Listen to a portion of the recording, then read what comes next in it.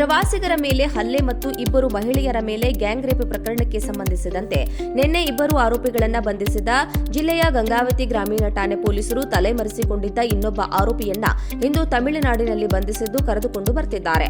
ಆ ಮೂಲಕ ಪೊಲೀಸರು ಪ್ರಕರಣದ ಎಲ್ಲಾ ಆರೋಪಿಗಳ ಹೆಡೆಮುರಿ ಕಟ್ಟಿದ್ದಾರೆ. ಮಲ್ಲೇಶ, ಚೇತನ್ ಸಾಯಿ, ಸಿಳ್ಳೆ ಕ್ಯಾತರ್ ಮತ್ತು ಮೂರನೇ ಆರೋಪಿ ಸಾಯಿರಾಮ್ ಬಂಧಿತ ಆರೋಪಿಗಳಾಗಿದ್ದು, ಮಲ್ಲೇಶ್ ಮತ್ತು ಚೇತನ್ ಸಾಯಿ ನಿನ್ನೆ ಪೊಲೀಸರಿಗೆ ಲಾಕ್ ಆಗಿದ್ರು. ಆದರೆ ಸಾಯಿರಾಮ್ ಮಾತ್ರ ತಲೆಮರೆಸಿಕೊಂಡಿದ್ದ. ಹಾಗಾಗಿ ಪೊಲೀಸರು ಆತನಿಗಾಗಿ ಹುಡುಕಾಟವನ್ನ ನಡೆಸಿದ್ರು. ನೆರೆಯ ತಮಿಳುನಾಡಿಗೆ ಆರೋಪಿ ಪರಾರಿಯಾದ ಬಗ್ಗೆ ಮಾಹಿತಿ ಹಿನ್ನೆಲೆ ಪೊಲೀಸರ ಒಂದು ತಂಡ ತಮಿಳುನಾಡಿಗೆ ಹೋಗಿದ್ರು. ಈಗಾಗಲೇ ಬಂಧಿತ ಇಬ್ಬರು ಆರೋಪಿಗಳಿಂದ ಮಾಹಿತಿ ಸಂಗ್ರಹಿಸಿದ್ದಾರೆ.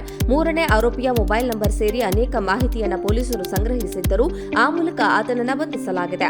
ಇನ್ನು ಈ ಬಗ್ಗೆ ನಗರದ ಸಚಿವ ಶಿವರಾಜ್ ತಂಗಡಗಿ ಪ್ರತಿಕ್ರಿಯಿಸಿದ್ದು, ಈಗಾಗಲೇ ಘಟನೆ ಬಗ್ಗೆ ಮಾಹಿತಿ ಪಡೆದಿದ್ದೇನೆ. ಈ ರೀತಿಯ ಕೃತ್ಯ ಆಗಬಾರದಾಗಿತ್ತು. ಈ ಘಟನೆ ನನ್ನ ಮನಸ್ಸಿಗೆ ನೋವು ತಂದಿದೆ. ನಿನ್ನೆ ಇಬ್ಬರನ್ನ ಬಂಧಿಸಲಾಗಿತ್ತು, ಇಂದು ಮತ್ತೊಬ್ಬರನ್ನ ಬಂಧಿಸಲಾಗಿದೆ ಎಂದು ಹೇಳಿದ್ದಾರೆ. ಪ್ರವಾಸಿಗರ ರಕ್ಷಣೆಗೆ ಎಲ್ಲಾ ರೀತಿಯ ಕ್ರಮ ಕೈಗೊಳ್ಳಲಾಗುವುದು. ಕ್ಷುಲ್ಲಕ ವಿಚಾರಕ್ಕೆ ಈ ರೀತಿಯ ಘಟನೆಯಾಗಿದೆ. ಆರೋಪಿಗಳಿಗೆ ಕಠಿಣ ಶಿಕ್ಷೆ ಕೊಡಿಸುವ ಕೆಲಸ ಮಾಡ್ತೇವೆ. ನಿರ್ಜನ ಪ್ರದೇಶದಲ್ಲಿ ರಾತ್ರಿ ಅಡ್ಡಾಡಲು ಹೋಗಬಾರದಿತ್ತು. ಅಲ್ಲಿ ಚಿರತೆ, ಕರಡಿ ಸೇರಿ ಕಾಡು ಪ್ರಾಣಿಗಳ ಉಪಟಳವಿದೆ. ಈ ಬಗ್ಗೆ ಪೂರ್ಣ ತನಿಖೆ ಮಾಡಿಸಲಾಗುತ್ತಿದೆ.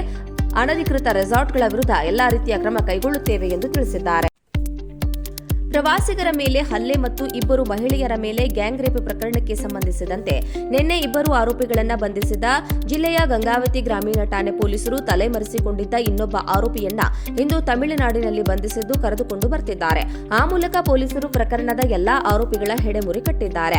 ಮಲ್ಲೇಶ, ಚೇತನ್ ಸಾಯಿ, ಸಿಳ್ಳೆ ಕ್ಯಾತರ್ ಮತ್ತು ಮೂರನೇ ಆರೋಪಿ ಸಾಯಿರಾಮ್ ಬಂಧಿತ ಆರೋಪಿಗಳಾಗಿದ್ದು, ಮಲ್ಲೇಶ್ ಮತ್ತು ಚೇತನ್ ಸಾಯಿ ನಿನ್ನೆ ಪೊಲೀಸರಿಗೆ ಲಾಕ್ ಆಗಿದ್ರು. ಆದರೆ ಸಾಯಿರಾಮ್ ಮಾತ್ರ ತಲೆಮರೆಸಿಕೊಂಡಿದ್ದ. ಹಾಗಾಗಿ ಪೊಲೀಸರು ಆತನಿಗಾಗಿ ಹುಡುಕಾಟವನ್ನ ನಡೆಸಿದ್ರು. ನೆರೆಯ ತಮಿಳುನಾಡಿಗೆ ಆರೋಪಿ ಪರಾರಿಯಾದ ಬಗ್ಗೆ ಮಾಹಿತಿ ಹಿನ್ನೆಲೆ ಪೊಲೀಸರ ಒಂದು ತಂಡ ತಮಿಳುನಾಡಿಗೆ ಹೋಗಿದ್ರು. ಈಗಾಗಲೇ ಬಂಧಿತ ಇಬ್ಬರು ಆರೋಪಿಗಳಿಂದ ಮಾಹಿತಿ ಸಂಗ್ರಹಿಸಿದ್ದಾರೆ. ಮೂರನೇ ಆರೋಪಿಯ ಮೊಬೈಲ್ ನಂಬರ್ ಸೇರಿ ಅನೇಕ ಮಾಹಿತಿಯನ್ನ ಪೊಲೀಸರು ಸಂಗ್ರಹಿಸಿದ್ದರು. ಆ ಮೂಲಕ ಆತನನ್ನ ಬಂಧಿಸಲಾಗಿದೆ. ಇನ್ನು ಈ ಬಗ್ಗೆ ನಗರದ ಸಚಿವ ಶಿವರಾಜ್ ತಂಗಡಗಿ ಪ್ರತಿಕ್ರಿಯಿಸಿದ್ದು, ಈಗಾಗಲೇ ಘಟನೆ ಬಗ್ಗೆ ಮಾಹಿತಿ ಪಡೆದಿದ್ದೇನೆ. ಈ ರೀತಿಯ ಕೃತ್ಯ ಆಗಬಾರದಾಗಿತ್ತು. ಈ ಘಟನೆ ನನ್ನ ಮನಸ್ಸಿಗೆ ನೋವು ತಂದಿದೆ.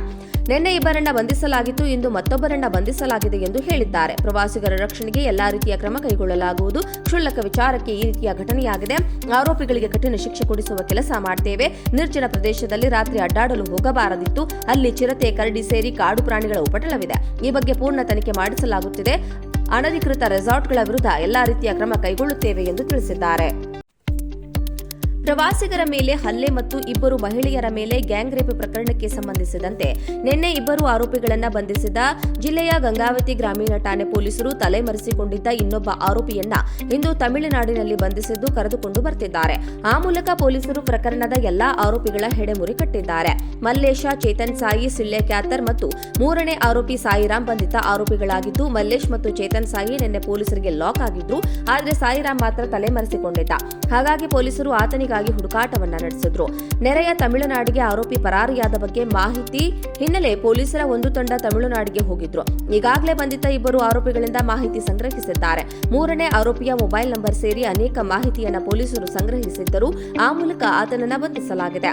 ಇನ್ನು ಈ ಬಗ್ಗೆ ನಗರದ ಸಚಿವ ಶಿವರಾಜ್ ತಂಗಡಗಿ ಪ್ರತಿಕ್ರಿಯಿಸಿದ್ದು, ಈಗಾಗಲೇ ಘಟನೆ ಬಗ್ಗೆ ಮಾಹಿತಿ ಪಡೆದಿದ್ದೇನೆ. ಈ ರೀತಿಯ ಕೃತ್ಯ ಆಗಬಾರದಾಗಿತ್ತು. ಈ ಘಟನೆ ನನ್ನ ಮನಸ್ಸಿಗೆ ನೋವು ತಂದಿದೆ.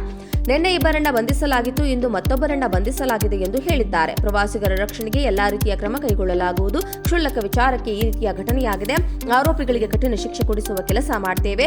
ನಿರ್ಜನ ಪ್ರದೇಶದಲ್ಲಿ ರಾತ್ರಿ ಅಡ್ಡಾಡಲು ಹೋಗಬಾರದಿತ್ತು. ಅಲ್ಲಿ ಚಿರತೆ, ಕರಡಿ ಸೇರಿ ಕಾಡು ಪ್ರಾಣಿಗಳ ಉಪಟಳವಿದೆ. ಈ ಬಗ್ಗೆ ಪೂರ್ಣ ತನಿಖೆ ಮಾಡಿಸಲಾಗುತ್ತಿದೆ. ಅನಧಿಕೃತ ರೆಸಾರ್ಟ್ಗಳ ವಿರುದ್ಧ ಎಲ್ಲಾ ರೀತಿಯ ಕ್ರಮ ಕೈಗೊಳ್ಳುತ್ತೇವೆ ಎಂದು ತಿಳಿಸಿದ್ದಾರೆ.